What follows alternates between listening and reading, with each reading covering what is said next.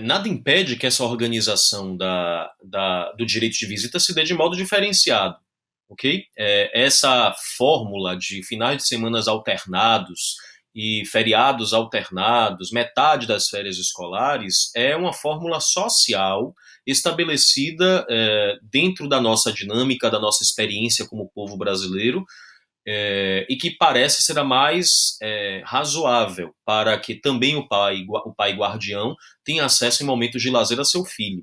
Mas nada impede que seja diferente se a gente considerar, por exemplo, que o ex-casal, que ex-marido e ex-mulher, estão morando agora em cidades muito distantes, em estados diferentes, de modo que não seja possível que o pai visitante tenha acesso a seu filho em finais de semanas alternados. Isso pode ser modificado sem nenhum problema, ok? Isso que eu estou anunciando a vocês, essa organização, essa dinâmica, é aquilo que nos é aludido pela experiência social. Não necessariamente é regra jurídica que tenha que ser cumprida desse jeito. Pode ser organizado de modo diferenciado, seja em nível consensual, né, dentro do processo de divórcio, seja por definição judicial, também dentro do mesmo processo, quando houver litígio a esse respeito. Aí o magistrado irá oportunamente definir quais são as regras do direito de visita, tá? E do exercício da guarda. Isso vai depender muito mesmo do contexto particular em que as pessoas estão envolvidas, certo?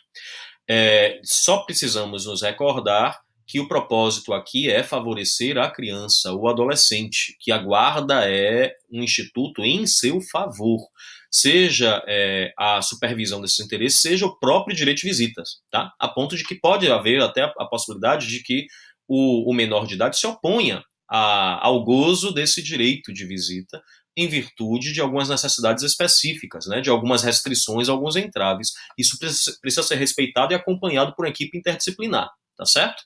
Em favor do menor de idade, esta organização. Vejam, queridos, que tanto é assim que mesmo em se tratando, se a gente considerar o exemplo que eu dei agora, né, do genitor visitante residir, por exemplo, em São Paulo e não ter acesso ao seu filho em finais de semanas alternados, haver a necessidade desta criança, deste adolescente, deste jovem ter acesso à sua família paterna, levando-se em consideração, por exemplo, que ele reside com sua mãe, que ela é a genitora guardiã, de ter acesso a seus avós, né? Então, o fato de do rompimento do casamento não ter sido o mais civilizado, o mais tranquilo possível, o fato de existirem aí algumas máculas, algumas frustrações entre as famílias, né, que um dia estiveram unidas e que agora não estão mais, não vai justificar, por exemplo, que o genitor guardião diga que não vai oferecer, não vai permitir o acesso ao seu filho pela família de origem, senão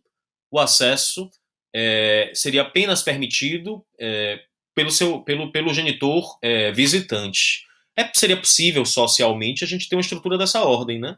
De eu ter tanta raiva da família de minha ex-esposa que, sendo eu genitor guardião, diga, ora, se ela reside hoje em São Paulo, o problema é dela. A criança estará acessível a ela em finais de semanas alternados, mas só ela. Aos seus avós, aos pais de minha esposa, que para mim são pessoas inteiramente desprovidas de afeto, pensemos, né? Eu não darei acesso, porque eu não tenho obrigação de assim proceder. Se a gente pensa nessa estrutura, neste arcabouço, neste esqueleto, gente, a gente está comprometendo os interesses do menor, que também tem direito a ter acesso à sua família de origem, também precisa ter acesso a seus avós. E o fato de já ser punido com a impossibilidade de ter uma vida cotidiana mais próxima de sua mãe, que reside em São Paulo e que não pode estar aqui de 15 em 15 dias em Salvador, não pode ser ainda mais intensificado este prejuízo com o distanciamento de seus avós maternos, de sua família de origem, da parte de sua mãe. Por isso, e para evitar esse tom beligerante, opositor, entre ex-marido e ex-mulher e as famílias respectivas, é que o legislador passou a dizer, lá no artigo 1589, parágrafo único, que é possível na guarda unilateral também estabelecer um direito pontual e específico de visita do filho menor de idade em relação aos seus avós. Um direito de visita dos avós, independente do direito de visita nutrido pelo genitor que não reside, que não é o guardião. Então, por exemplo, se eu sou o genitor guardião e minha ex-esposa mora em São Paulo, é possível se atribuir um direito de visitas especificamente em favor dos pais de minha ex-esposa, para que eles tenham acesso ao nosso filho tranquilamente, exercendo o direito de visita. Notem que este tipo de estrutura sequer precisaria, se vivêssemos efetivamente uma relação civilizada, estar prevista na legislação. Mas a experiência do nosso povo e problemas dessa ordem que fizeram com que o legislador tivesse que parar e dedicar uma prescrição normativa que deveria ser óbvia, né? Que consistisse na preservação dos interesses do menor de idade na condição de netos de alguém que tem que ter acesso a eles, tá? Então existe a possibilidade de um direito de visita aos avós, atribuído aos avós, autônomo e independente dos interesses ou do direito de visitas atribuído ao pai ou à mãe que não exercem eventualmente a guarda do menor de idade, certo?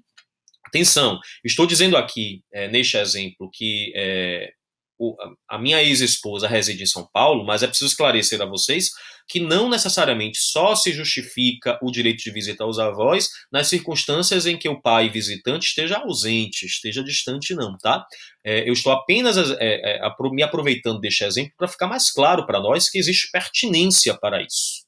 Mas não é necessário, não é indispensável que o pai visitante esteja distante para que a gente tenha atribuído este direito de visitas, tá? Ele é autônomo, é independente, e todas as vezes em que a relação for árida entre o genitor guardião e a família do seu ex-marido, de sua ex-mulher, pode ser necessária intervenção judicial para atribuição de um direito de visitas deferido aos avós, independentemente do pai visitante estar próximo, residir na cidade e exercer esse direito de visita periodicamente, certo, gente? É porque a criança ou adolescente precisa também dos referenciais da família estendida.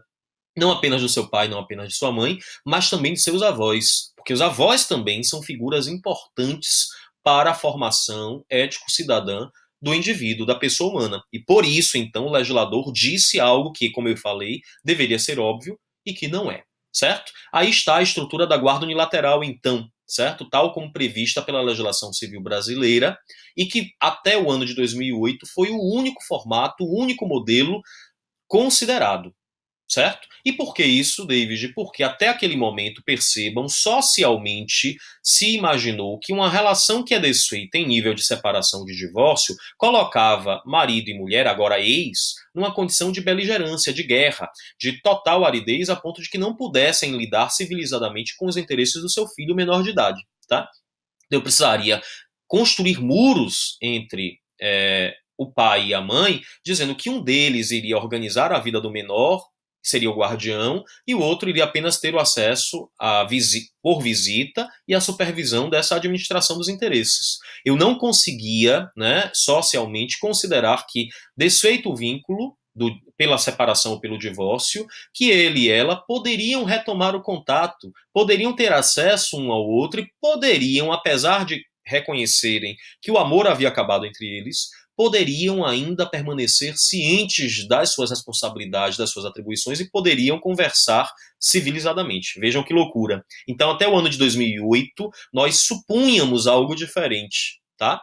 E óbvio que isso estava incongruente com a realidade social vivida, porque já em 2008 a gente já tinha experimentado todo o percurso de sedimentação do divórcio e da separação, a ponto de termos ex-casais que conseguiam conversar tranquilamente, que conseguiam ter um trato urbano, civilizado, que a gente deve pressupor, né, em toda e qualquer relação social, tá? Então, por isso, porque já não está mais congruente com a dinâmica e a estrutura sociais estabelecidas, é que a legislação começou a se movimentar para organizar um outro cenário, porque venhamos e convenhamos, né? A guarda unilateral, por mais que queira estabelecer um direito de visitas, afasta um dos pais.